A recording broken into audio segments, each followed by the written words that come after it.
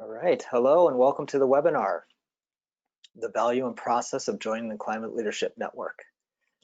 I'm Steve Muzzy, Senior Manager of Climate Programs at Second Nature. Before we get started, I just want to quickly go over some webinar logistics. First, this webinar is being recorded and all registrants will be sent a link of the recording following the closing today, and we encourage you all to share that with your colleagues or anyone interested in the information in this program. During the webinar, all attendees will be muted. However, you will have an opportunity to ask questions through the questions window in the GoToWebinar platform. Questions will be collected throughout and shared with our presenters during the Q&A session.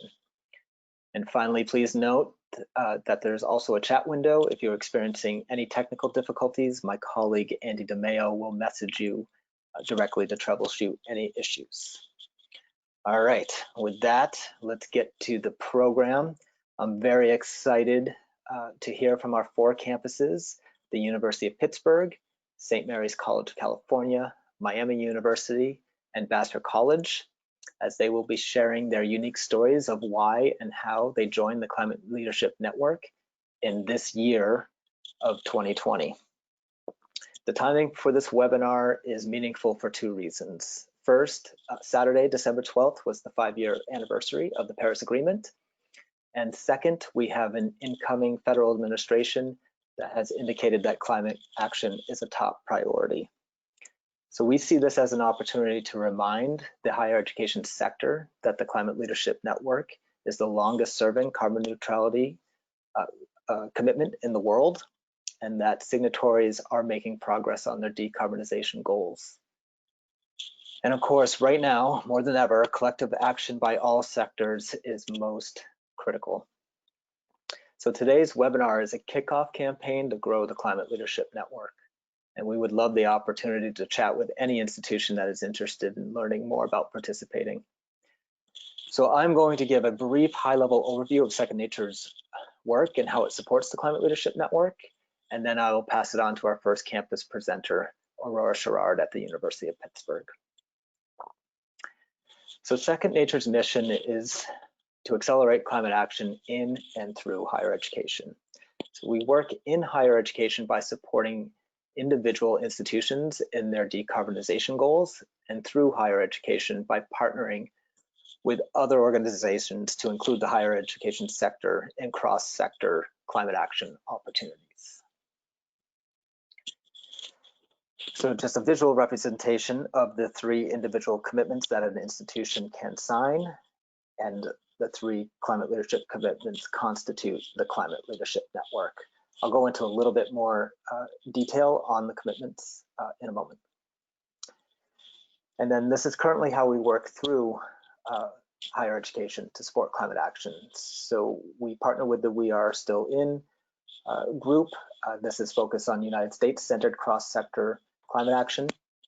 Second Nature coordinates the University Climate Change Coalition, or UC3. This is a group of North American research universities focused on climate action and cross-sector collaboration. And finally, Second Nature is partnering with the United Nations Framework Convention on Climate Change, UNFCCC, on their global cross-sector support for climate action, looking to build a campaign leading up to COP26. So moving back to the 3 individual climate leadership commitments. The first is the carbon commitment. This is eliminating operational greenhouse gas emissions as soon as possible and achieving carbon neutrality as soon as possible. The second commitment is resilience. This is formalizing a community partnership to assess your climate vulnerabilities and a plan to build capacity to deal with a changing climate. Just to note that the resilience commitment does not require any greenhouse gas reduction goals or greenhouse gas tracking. And then finally, the third commitment is the climate commitment, and this is a combination or the integration of the carbon commitment and resilience commitment. So all 3 share the following elements. They all have to be made on behalf of the institution by an institution's president or chancellor. They also all require a climate action plan that includes the education, curriculum, and community engagement efforts to meet the goal of the commitment. They all require public reporting. on an annual basis. And they also all require the review and revision of the climate action plan at least every 5 years, once every 5 years. So some brief, quick historical context on the President's climate leadership commitments. Started in 2006, known then as the American College and University President's Climate Commitment. Again, longest standing carbon neutrality commitment in the world. Since it started, there have been nearly 900 signatories to the commitment, but today we stand at 442 participating signatories, and you can see the breakdown of the commitment below. And just another note that these 442 have publicly submitted to the reporting platform over 3,000 greenhouse gas inventories and nearly 500 climate action plans. Visual representation of commitments across the US. And then a quick table of breakdown by state. Currently 48 states are represented. As you can see here, there are a number of states with only one institution represented, with nearly 4,000 institutions of higher ed across the United States. There's a lot of opportunity for growing participation in the Climate Leadership Network. Winding down here, just wanted to share some current exclusive opportunities for signatory campuses and UC3 members. So our partners, Brailsford and Dunleavy and Customer First Renewables, are providing pro bono strategic advisory services worth between $7,500 and $10,000. Brailsford and Dunleavy is focusing on climate action planning advisory service, and Customer First Renewables is providing renewable energy procurement services. The deadline to apply is this Friday, and that link will provide you with more information on that opportunity. And I wanted to share from earlier this year another exclusive opportunity for signatories and UC3 members, the Climate Solutions Acceleration Fund. These were some grants between $5,000 and $10,000. This list of institutions were those that were awarded those grants, and more information at that link, Climate Solutions Acceleration Fund, including there was a webinar quite recently, including University of Pittsburgh and Aurora, on their process and project that's being funded through this grant. Another opportunity, so we are still in, this was back in 2017 when US was backing out of the Paris Agreement. New opportunity here for sign on is America is all in. Pretty quick turnaround, but they did issue a statement and a press release to the Biden administration asking for bold climate action and a quick economic recovery. It was sent last Thursday, but they're still on a rolling basis seeking more support, so your institution can sign on, and that link will provide more info. And last opportunity currently happening, Race to Zero.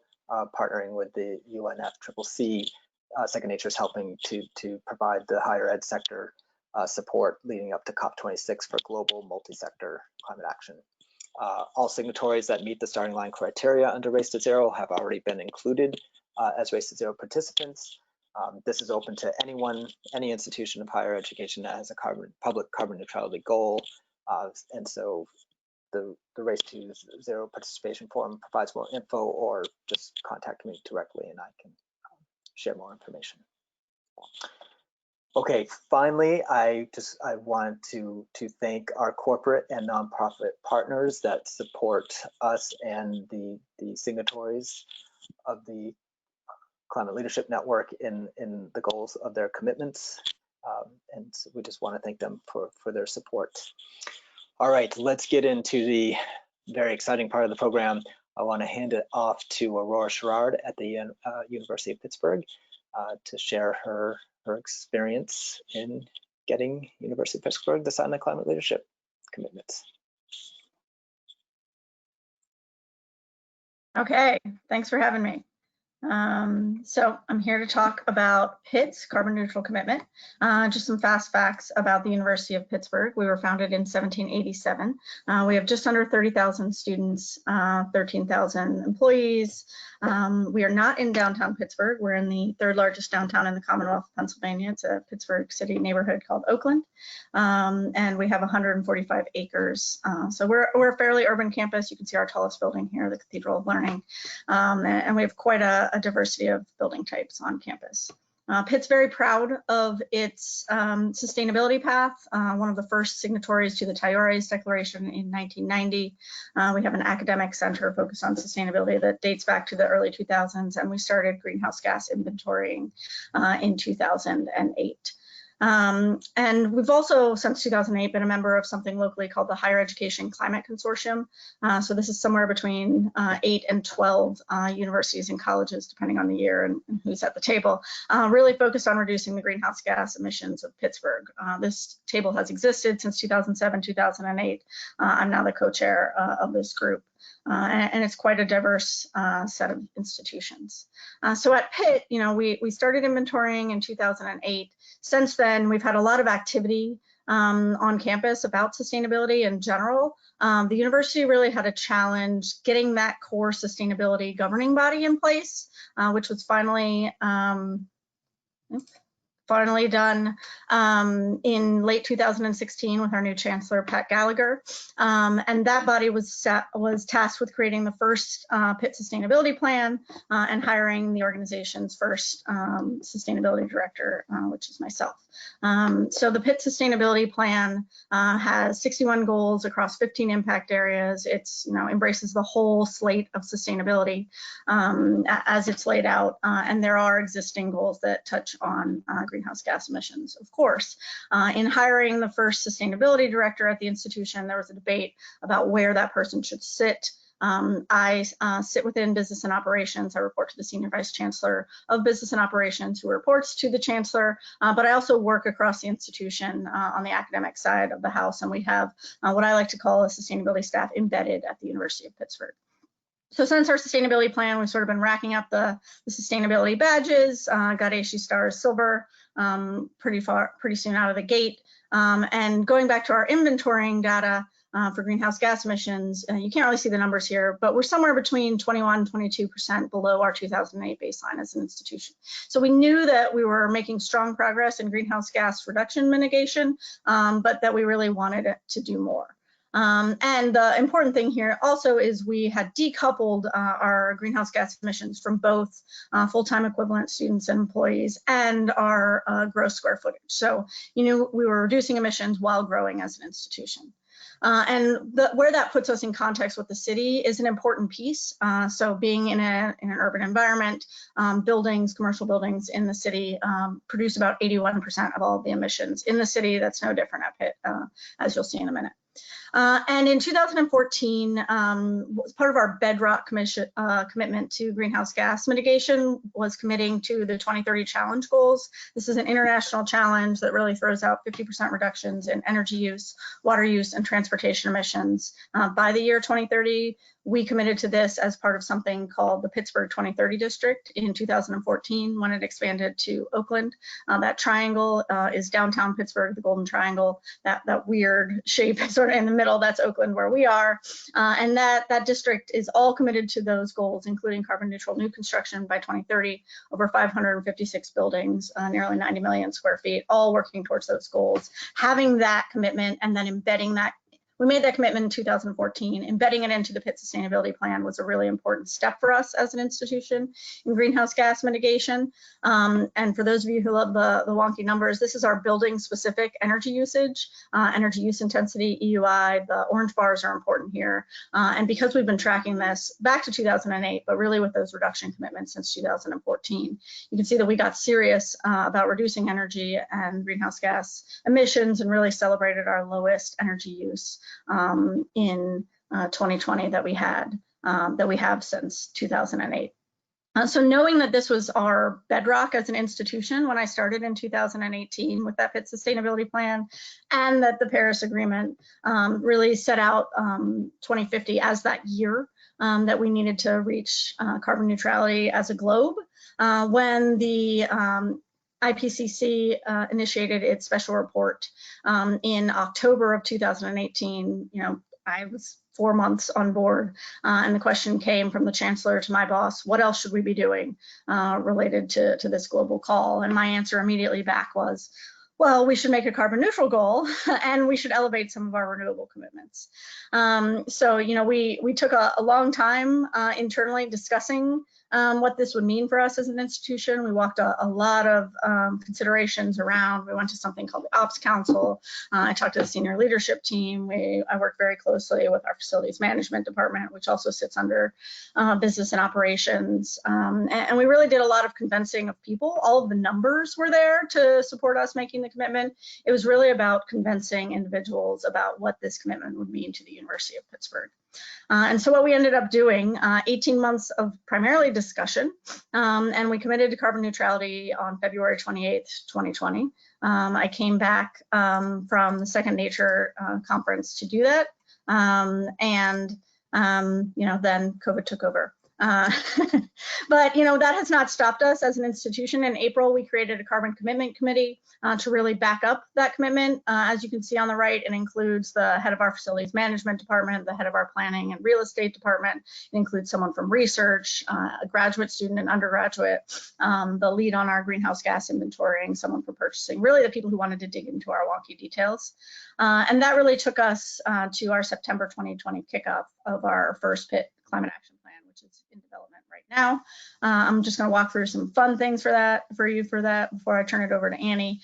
So, we've been inventorying for a long time. You can see that energizing our campus, that buildings piece, which we've really been working on, is still about 2/3 of all of our emissions. We're really tracking that, projecting out to the future, seeing what that looks like. These are draft images from our in development cap right now.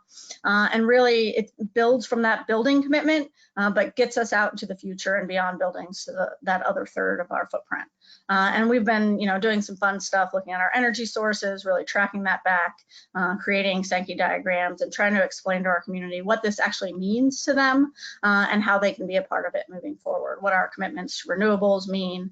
And you can still see, this orange bar for steam is going to be problematic and an opportunity for us moving forward.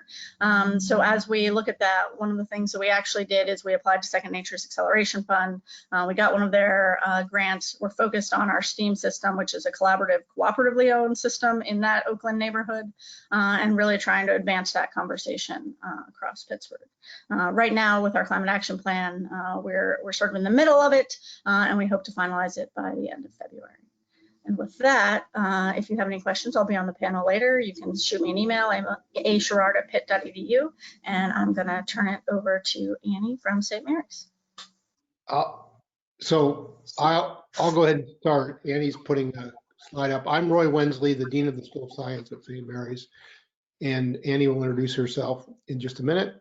And we're going to basically go through our, history of how we've signed up with this commitment and a little bit about our progress and plans for climate action. So go ahead, Annie, why don't you introduce yourself?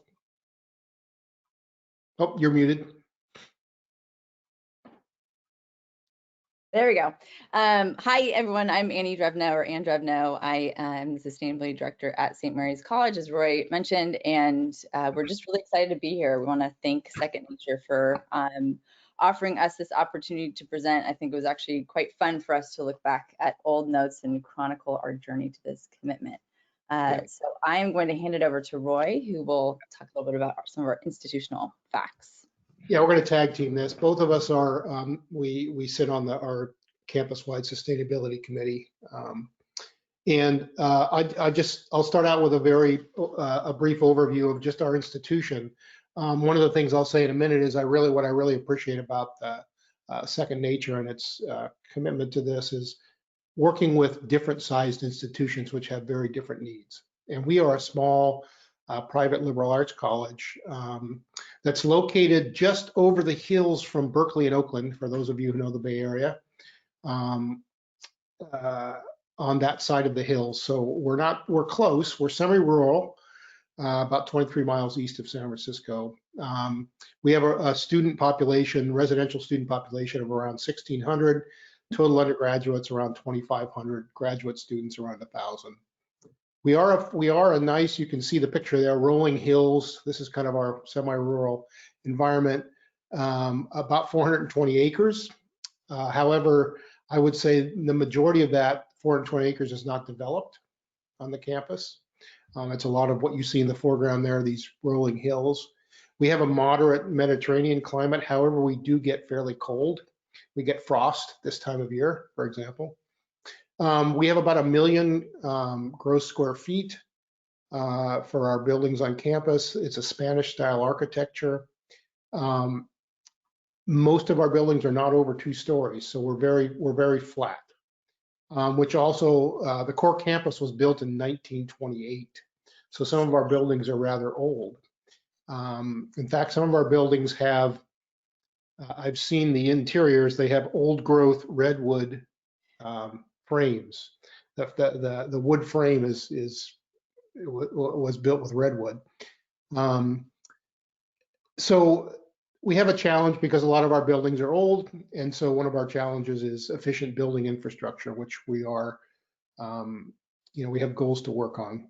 We are a mission-based institution, so we are, we're private, we're mission-based. We are, our 3 traditions are liberal arts, Catholic, and Lasallian, which is an order of Catholic lay brothers called the Christian Brothers, which some of you may have once seen there. Long time ago, they had a wine label, which they sold back in 1989, but they have a tradition, had a long tradition in the wine industry. The traditions that I think that really, the reason we bring up the traditions is some of the areas that we value are social justice, inclusive education. We have a very diverse student body, and our mission focuses on the vulnerable and marginalized populations. So, next slide, Annie, there. So based on these values, because of our mission, we really want to act on climate change mitigation and our embedded values of social justice, in particular care for the marginalized, mean we believe we have an ethical obligation to act on climate change. And we often use the language from Pope Francis's, it's called the Laudato Si encyclical, which focuses on climate change and really describes it as a social imperative to care for the most poor and vulnerable populations who are most affected by climate change. Last year we signed on to the Climate Leadership Network to hold ourselves and the college administration accountable to our, at that time was being developed and had been developed, climate action plan. So we just had a climate action plan approved by various bodies on campus and by the administration. And we're looking for, we really valued this signature on the Climate Leadership, in the Climate Leadership Network to help us keep accountable for what we're doing. Recruitment and retention, one of the areas that we really want to attract students who value our social justice mission. And we believe that standing up and saying we're an institution that shows a commitment to climate action plans will do just that. So that's one of our motivations.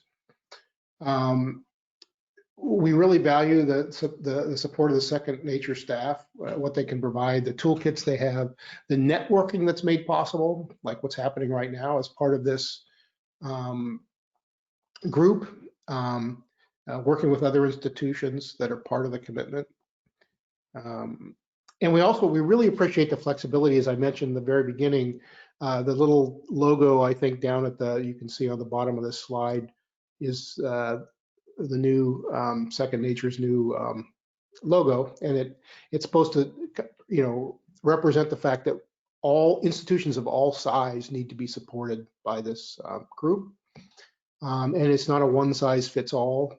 And that's something we're really appreciative about Second Nature, and looking forward to working with them in the future. And I will turn the next part of this over to Annie. Great, thank you, Roy. So I'll be discussing our journey to the leadership commitment. To start, I want to point out that our journey is not necessarily a straight path. So you might have seen this in this Climate Leadership Commitments Handbook, the 6 steps, and I'm not saying this to be critical at all. Rather, I'm bringing this up to illustrate there's different paths and motivations to get to this commitment. So in the handbook, the 6 steps listed are assign, organize an internal structure, greenhouse gas emissions, develop climate action plans, measure, review. It turns out that by the time we signed the commitment, which is way down here, we had already organized an internal structure, done a greenhouse gas inventory. In fact, those were in the opposite order for us, and developed a climate action plan. So I think that this slightly different timeline and order underscores that flexibility that we really enjoy and that we really value, that Rory just talked about in this commitment, as well as the fact that our motivations might be different. So there might be a motivation to get this process started for certain institutions, but for us, while we maybe would have liked that, we didn't need the commitment to get our organization, internal organization started. We needed it to hold ourselves accountable. So that's how we see this commitment being kind of the most value to us, as well as the support that Roy offered earlier. So with this little bit of foreshadowing, I'll turn over to our next slide, which shows a little bit more of the details of our journey. So while Sustainability at St. Mary's kind of predates this timeline, we'll start in 2004 when we first started assessing our greenhouse gas emissions with a third-party company called Gordian or Sightlines. I think some of you might have heard of them, mostly for facilities planning purposes, not necessarily for sustainability specific, but greenhouse gas emissions was kind of a nice add-on. Several years later, in 2012, we officially launched the Sustainability Committee.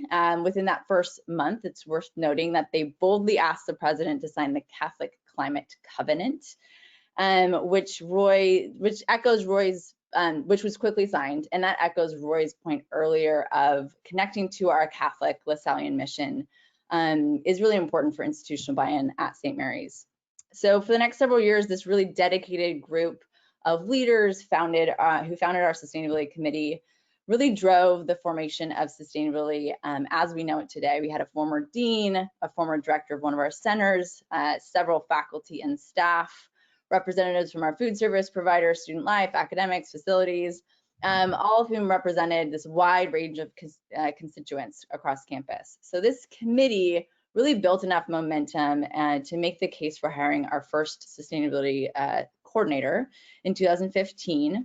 And this new coordinator really provided the capacity to expand a lot of our sustainability programmatic offerings into spaces and ways it hadn't previously, because now we had a dedicated FTE for those programs.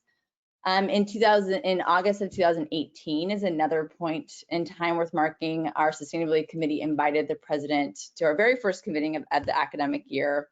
And we wanted to bring a few things to his attention, one of which was the president's climate commitment, which preceded the what's now called the Climate Leadership Commitment. We also asked the president to consider one other commitment, which was the Catholic Climate Declaration. And interestingly, he signed the Catholic Climate Declaration, but not the president's climate commitment. As a policy nerd and geek and wonky myself, I find that case, like side by side case study, really interesting, but I know I will spare you all of that. I know we don't have time for that. But I think it's important to point out for 2 reasons. One, again, the importance of attaching something to your mission. Also, there was this precedent of already signing the Catholic Climate Declaration or Covenant. And then secondly, it looks as though we kind of just presented these two, but in the meeting minutes, but really there was a kind of some warming up and emails behind the scene to really get him warmed up to the idea of the Catholic Climate Declaration. And we didn't really have that for the president's climate commitment. And that was no one's fault. We just, I think folks just weren't as aware of the other one. So our timing wasn't right. We knew we had more, the not signing it was a clear signal we had more work to do. I also bring this example up just if there are any schools on this webinar that might have asked their administration to sign and received a no. It was all about being patient and persistent for us. So that's just a kind of a nudge or friendly reminder to keep asking. So for the next year, we ramped up our efforts. We started our climate action planning process. The timing was really fantastic because we also started the campus-wide strategic planning process. So there was forums after forums of getting the campus to provide their input as to what should be our next priorities for our campus, and sustainability, environmental justice, and climate action kept rising to the top as really important issues, or better said, values that we really needed to start taking more seriously. So by the spring, we had a very solid draft of our climate action plan. There was a lot of buy-in from the campus community, all of which created the context for our sustainability committee to make another formal ask to our president to sign the commitment. So by this time, the president was ready to do so with the help of a lot of key people in leadership to kind of make those extra nudges to make it happen. We didn't have the photo op or the timely press release or the public launch we were hoping for, because April 2020, the world and the campus was really trying to still figure out what hit us and adapt to the COVID era.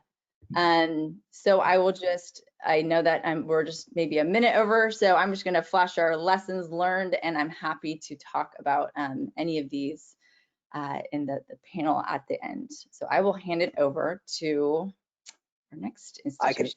I can pass it off. Thank you, Annie and Roy. And thank you, Aurora. We're going to turn it over to Adam Sizemore and Jonathan Levy at Miami University. Hello, everybody. Thanks for having Jonathan and I come talk to you all today about our journey thus far. So welcome from Miami University. We're an Ohio public institution in Oxford, Ohio. We're a rural institution on 2,300 acres of land. Roughly 1,200 of that is natural areas land.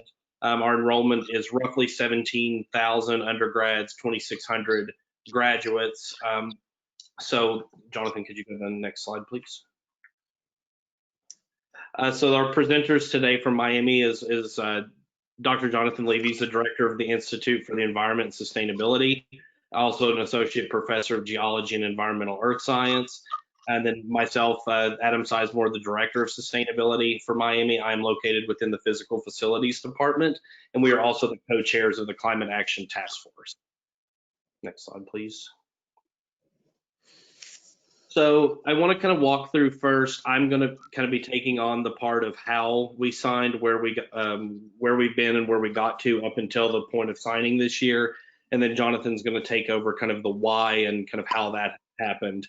So if you look at Miami University and really, under the framework of climate action when it comes to energy transformation, that begins roughly around 2010 with the adoption of the Utility Master Plan. And what happened during that time, we had our first director of sustainability, as well as crafted our first sustainability commitments and goals that we call SCAG on campus. So over the course of that time leading up until 2026, Miami started to see a lot of successes that we'll start to talk about today, and Jonathan will present more on. But we updated those goals in 2016, as well as our current president, Greg Crawford, joined Miami as the president. So around that time, the former director had retired around 2016, 2017. I took the role in 2018 in the fall, and kind of what happened around that time is I had gone with the sustainability committee to the president to ask him, what is your vision for sustainability? Because a lot of the vision on sustainability was from the former president, and we had never kind of had that conversation with the current president on that. So really what happened from that conversation was he had issued a charge to the sustainability committee to kind of create this new plan / vision based off of various kind of objectives that he wanted to see in that. And one of the things that we had cataloged in there or put in a part of the charge was looking at our past successes and really what these past 8-9 years have really meant. And one of the things that we found is from our energy standpoint, our carbon reductions, we had made significant strides in that, way ahead of many of our targets, from 51% per gross square foot reduction in just our energy-based carbon emission sources, as well as a reduction from 165 kBTU per gross square foot down to 100 kBTU per gross square foot, with a projection to achieve that by 2026 to 75. So in that, we had really kind of seen all of these successes moving forward. And as we were working on the charge from the president, one of the things that he wanted us to address was making a recommendation for whether or not we should sign the president's climate leadership commitment. And how our recommendation ended up reading is commit to carbon neutrality, either sign the commitment or do kind of an internal commitment. We kind of put the ball back in his court on that. And when we submitted the commitment to lead report in 2019 to him, he turned right back around with another charge that said, I want more information on kind of those two pathways. So we spent the next year addressing all of that in the further examination of pathways to carbon neutrality report that was released in 2020. And around that time, the second that we had submitted it to us, he had told us that he had made a commitment to carbon neutrality, and that was what he wanted to sign the president's climate leadership commitment and join the network. So we had originally wanted to sign it on the 50th anniversary of Earth Day in April, but then COVID took over, and we postponed it until the September 22nd of this year, to where more students could be on board, and there was a little bit more certainty of how to do virtual things and all of that. So Jonathan and I, he appointed Jonathan and I as co-chairs of the task force, and Jonathan and I spent kind of that whole spring semester and summer using research from the committee's report, as well as just continual brainstorming meetings with one another to develop the task force and who was going to start moving forward with it. Jonathan, could you go to the next slide, please? In lieu of time, I don't want to go down deep into all of this, but this is the Climate Action Task Force as we had put together. All of these individuals, they represent one person, so it's a total of 17 individuals, including Jonathan and I. This is the Executive Steering Committee, and how we've created it, we just haven't had enough time to really kind of accomplish this yet.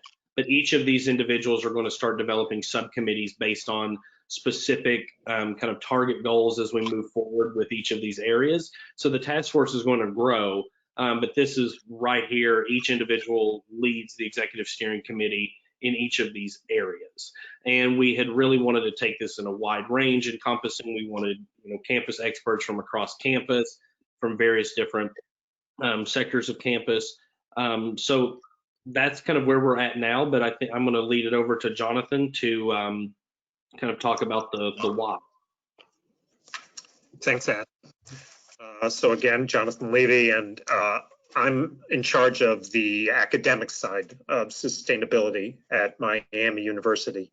And I'm not sure, Adam, did you say, oh, am I muted? No, I'm good, right? Yep. You can hear me? Okay.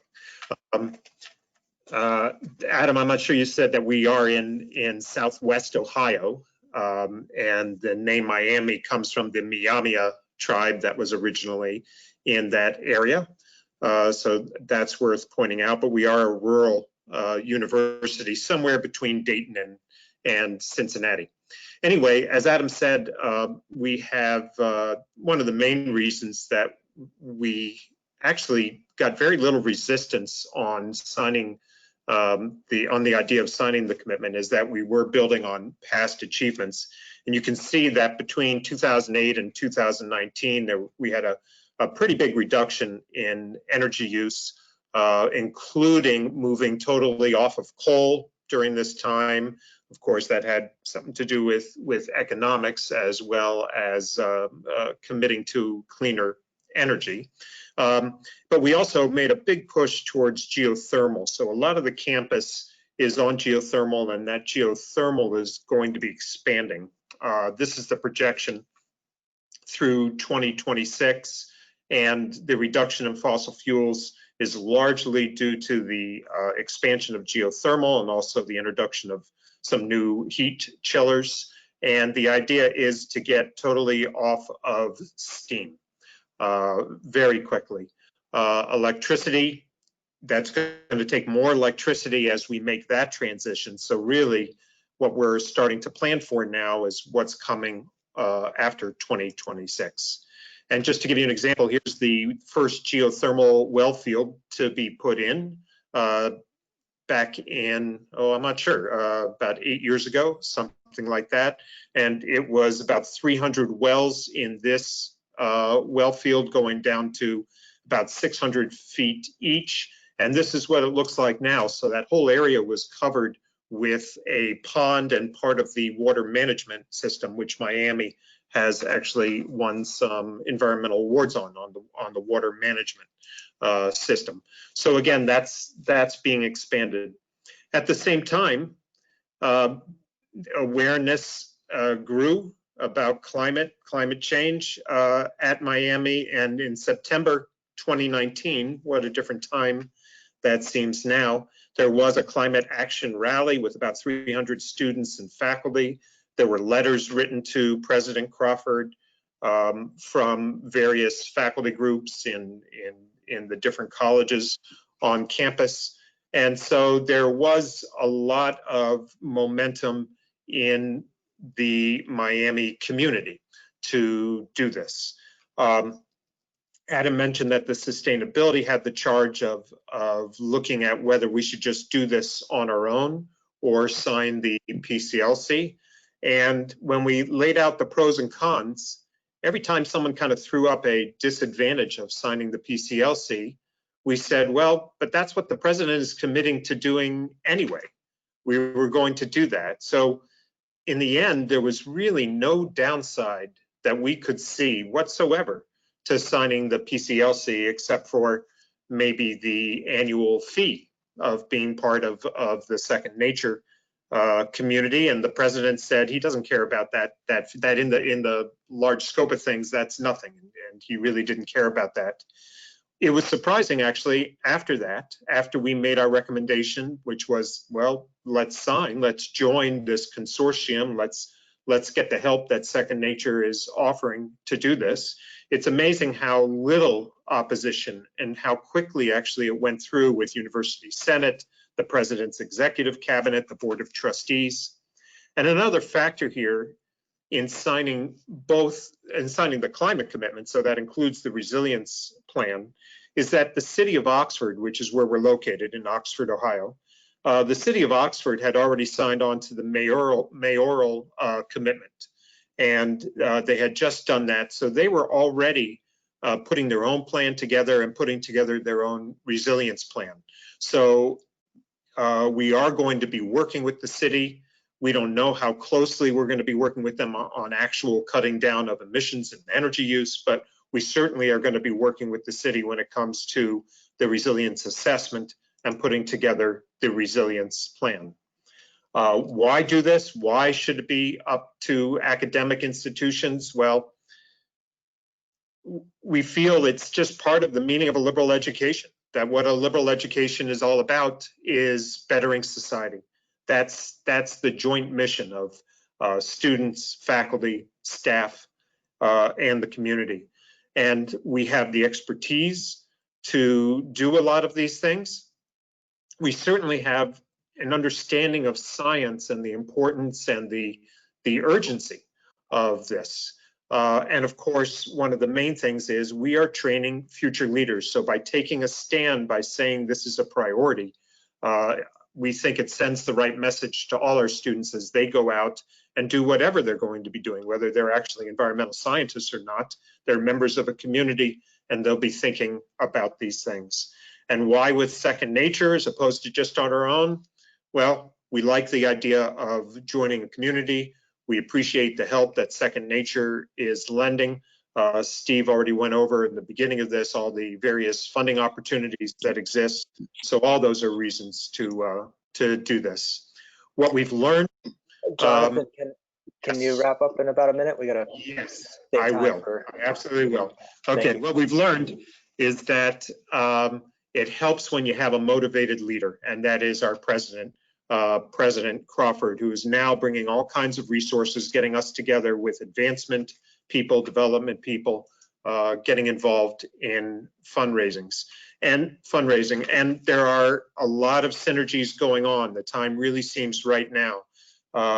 There are lessons to be learned from COVID about cutting down on emissions and doing more things virtually. And there really is campus-wide enthusiasm. I'm sorry if I went over there, Steve, and I'll hand it back to you. No problem. Thank you so much. All right, thank you, Jonathan and Adam. We're going to turn it to Michael Kenfield at Vassar College to close out the campus presentations, and then hopefully we'll have a few minutes for questions and answers. Great, thank you so much for the opportunity to present to you all today. Let me just, move over slightly so my actual face is here. Great, so I'm going to give us a quick kind of lightning round overview of what Vassar's own path towards carbon neutrality was. Since Chatham House rules aren't really an option for a 10-minute webinar, I'm going to use a lot of passive voice here, but if you want to get into any of the nitty-gritty, I'm happy to answer questions over email afterwards. A lot of our peers have talked about how Second Nature fit into their pledges for carbon neutrality, kind of like St. Mary's. Vassar went about this a little bit backwards, as you're about to see. So a very brief overview of Vassar as an institution. It's a private liberal arts college about 90 minutes north of the greatest city in the world. We've got about 2,500 students on a 1,000-acre campus, including about 400 acres of natural preserve and over 100 buildings with 150 years of architectural history and heating and cooling systems. It's a thrill ride constantly. We were Princeton Review's top school in America for financial aid in 2020. We have a need-blind admissions policy, which is really exciting and a really important priority that we're constantly trying to balance. We also have an extremely independent faculty, staff, student base, comparatively speaking. When I interviewed, everyone told me, this is different from any other college you'll ever work at. And I thought it was like everybody in Texas saying it was the best chicken fried steak in the county. No, they're really the most independent college I've ever worked at. As for where I fit, I'm Micah Kenfield, obviously Director of Sustainability. I report directly to the Dean of Strategic Planning and Academic Resources. That was a deliberate choice made by the institution when they posted for my position in 2019. There had been some talk about moving me under facilities, but they really wanted it to have that master planning level influence on what was going on. I sit on a bunch of committees, which include our Climate Action and Sustainability Committee, or CASC for short, as well as the Campus Master Planning Committee, the Arboretum Committee, and a whole bunch of others. But I heavily liaise with facilities operations and our energy manager on almost a daily basis. Give you a sense of the larger ecosystem, if you will, of what sustainability at Vassar looks like. That includes academic departments, including environmental studies. Vassar had the second environmental studies minor in the nation. It's a huge part of our academic, culture. A bunch of non-academic departments, facilities, purchasing, housing, the usual suspects. Huge number of student organizations, both formally registered ones with our student association, as well as informal groups like Sunrise Movement and some of the others. Some of these go back to the 1970s. Others are very, very new. And then finally, our Climate Action and Sustainability Committee, which includes representation all the way up from the executive level, our president, my boss, our VP for finance, as well as faculty representatives, 2 elected student representatives through our student government, as well as 2 appointees from one of the more activist student groups, and then sundry administrators, myself, facilities operations, or director of budgeting, and so forth. What's really unique about Vassar is there are a lot of heavy hitters on this committee, and we still meet every 2 to 3 weeks. It's really clear it's a big institutional effort. Talking timeline for our overall climate action. In 1998, we established the very first working group and student intern in the position, resulting directly from a student who wrote her thesis on this being something that Vassar should do. After about a decade of part-time faculty coordination and support with student interns, the Office of Sustainability was officially created with a full-timer. 2016, we issued our first climate action plan that included a commitment to carbon neutrality by 2030 and a governance level sustainability committee. The pledge itself borrowed a significant best practice, if you will, or verbiage wholesale from the climate commitment at the time. However, our outgoing president signed on to the "We Are Still In" declaration in early 2017, wasn't ready for us to become an actual signatory. She wrapped up her term right at the very first quarter of 2017. Since then, our incoming president affirmed her commitment to carbon neutrality in her inaugural address. Later that year, our board of trustees affirmed its own decision not to divest, while emphasizing the need instead to actively invest our endowment income into lowering on-campus emissions. 2019, Vassar announced our $13 million near-term decarbonization plan that spun directly out of the decision to not touch the policies for the endowment. And then in 2020, we issued our newest climate action plan, our 2020, what's this year, sorry, that's rooted in the UN Sustainable Development Goals, which included both an ambition towards zero combustion and ultimately going climate positive. To get towards that end, we also signed on to the climate leadership commitment, as we'll see in a second. And just to give you a very brief overview of our entire sustainability timeline, by 2025, we'll have about a sixth of the total emissions as we had in our 2005 baseline year, long-term ambition to sequestering more than we put into the atmosphere. As far as actually joining the leadership commitment itself, though, there were a few different barriers that we faced. First big one is cost versus benefit. What does signing an external pledge get us that we don't get from our internal pledge? We are still in, so on and so forth.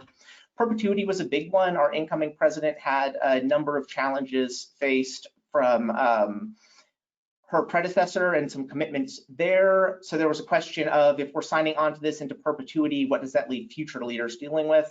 There's the external reporting piece. Are we stuck having to use a different system for reporting than we have been? What kind of public data are we reporting?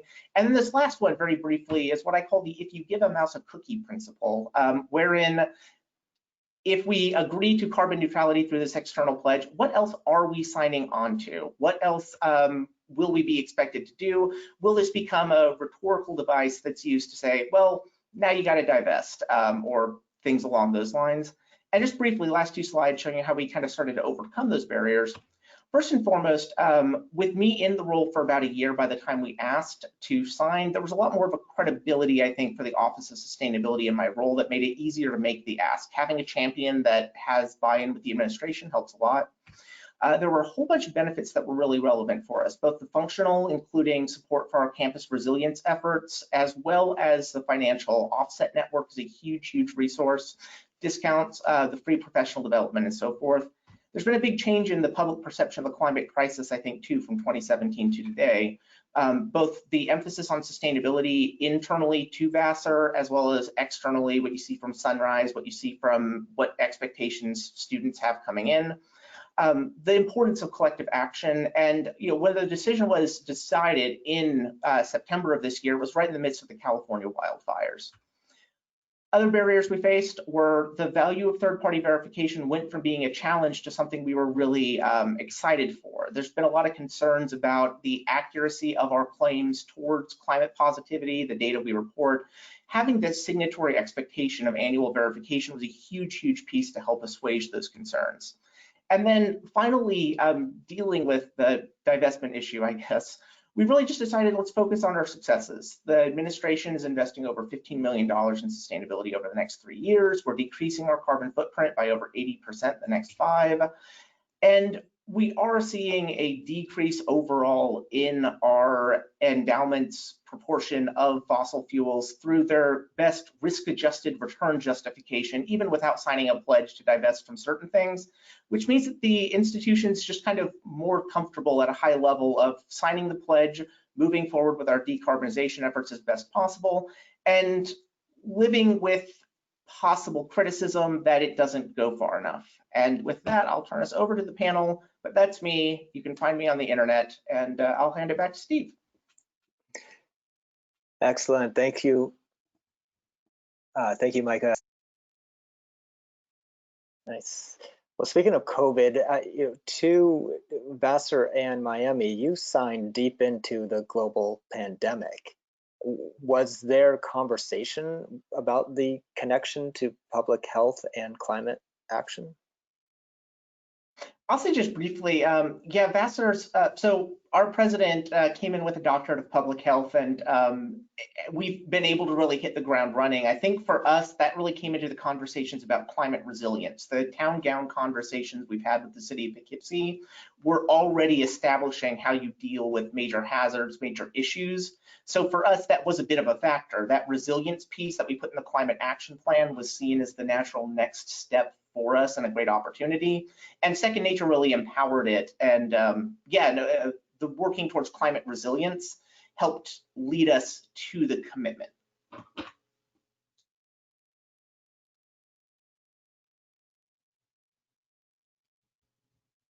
We have about a minute left. I wanted to also, Aurora, you had shared a slide with a group, sounded like a localized higher ed group working on sustainability issues. And I noticed, I recognized a number of the institutions as not being part of the Climate Leadership Network. And I'm just curious as how does the Climate Leadership Network fit into those groups, and do you have discussions about it? And how does That's a super great question, Steve. So I actually have a long history with that group. I originally convened that group starting in 2008 because none of the universities felt like they could convene the others at the time, and they wanted an external convener.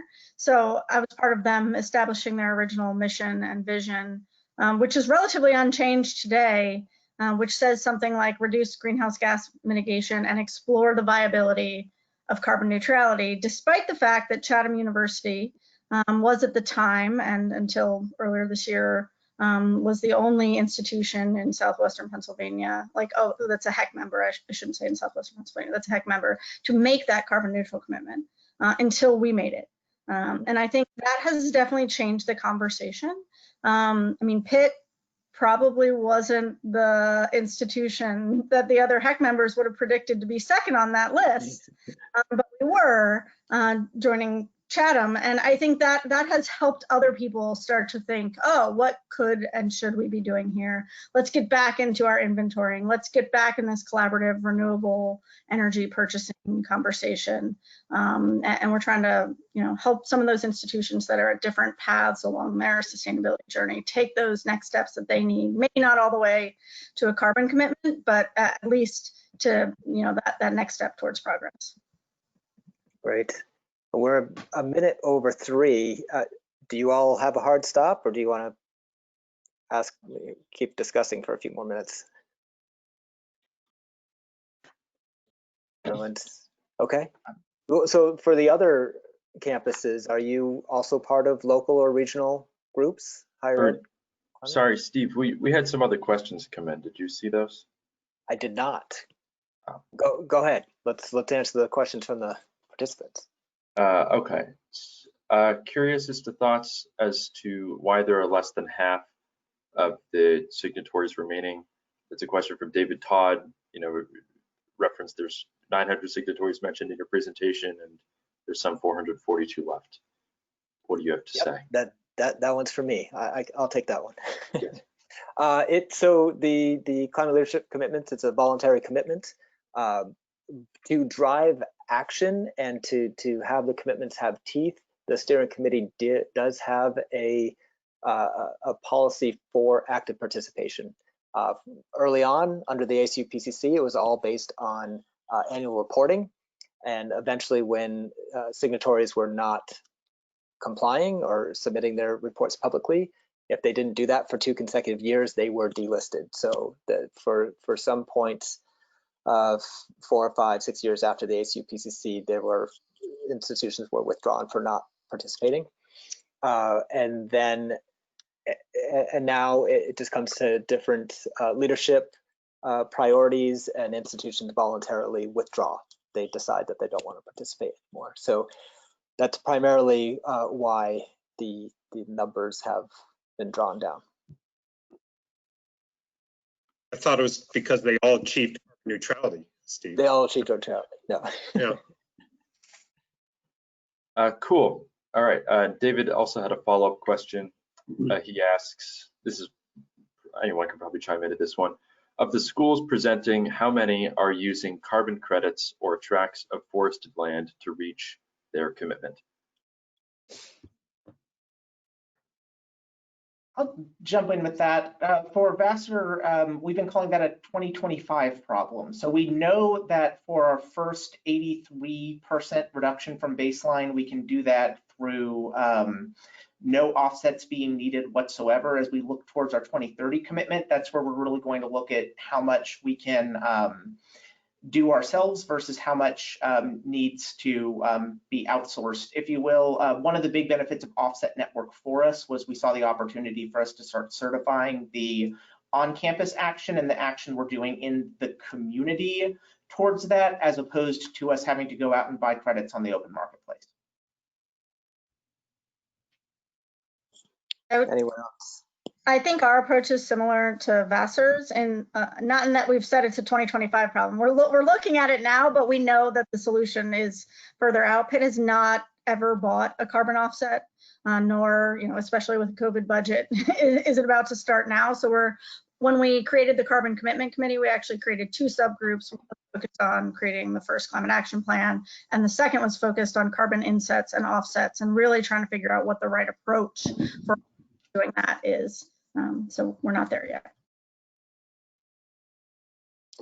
And I will say, related to this question, Second Nature is co-facilitating a working group with the University of New Hampshire Sustainability Institute and SciMap on bioenergy and land use, especially in the Northeast. I mean, the private liberal arts institutions that have achieved carbon neutrality have made significant investment into combined heat and power biomass plants, and the global accounting standard for bioenergy is that the burning of that is zero emissions.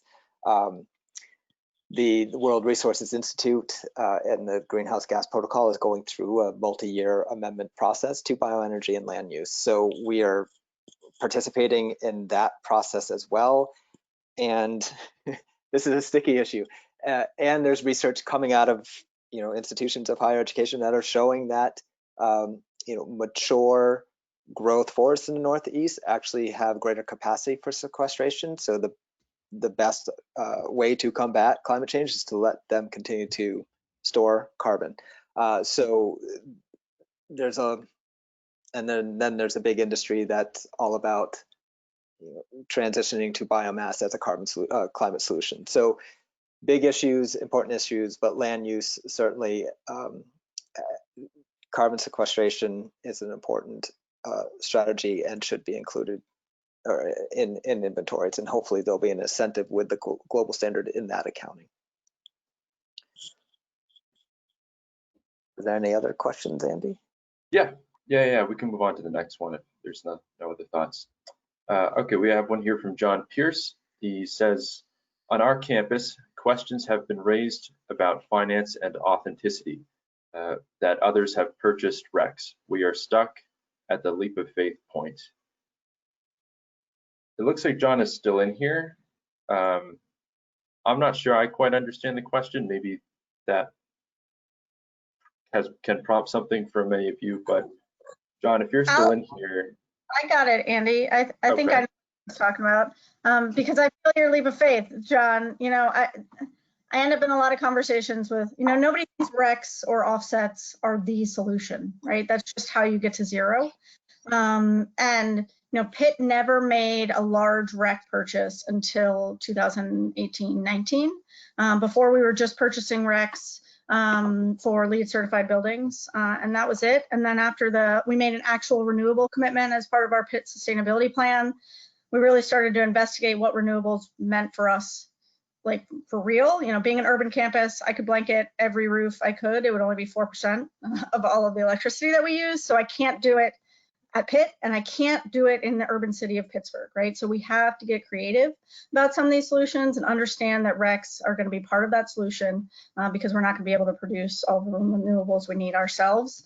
We have two very unique PPAs, one less than 5 miles from campus for a new low impact hydro facility, and one less than 20 miles for a new solar farm in southwestern Pennsylvania. And we're looking for, how to get to 100% of our electricity there. That's just one example of trying to get creative about RECs as opposed to just buying Texas wind RECs. So, yeah.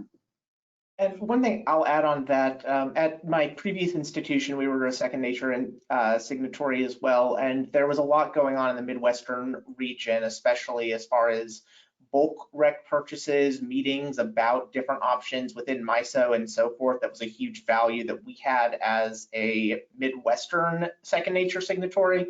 And so there's definitely a lot of expertise that is able to help navigate that I found coming from Second Nature. Great.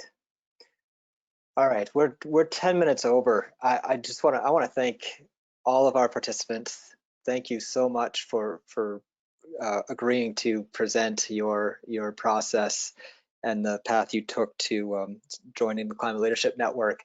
And I think, Annie, I love that you called out how we had kind of put this linear process, and we are definitely looking now for the approach that you all took. I mean, you'd all been doing the work already, connecting it to that work, getting cross-campus support and understanding around what is going to be signed. And that's how we really want to work with any institutions now that are interested in learning more about participating in the Climate Leadership Network. We're not going to just say, here's the document, sign it, and you're in. We really want you to build understanding and awareness and coalitions on campus, and making this a priority for the institution. So thank you, everyone. We're really excited for 2021 to turn a new page, and let's hope things are going to be looking up.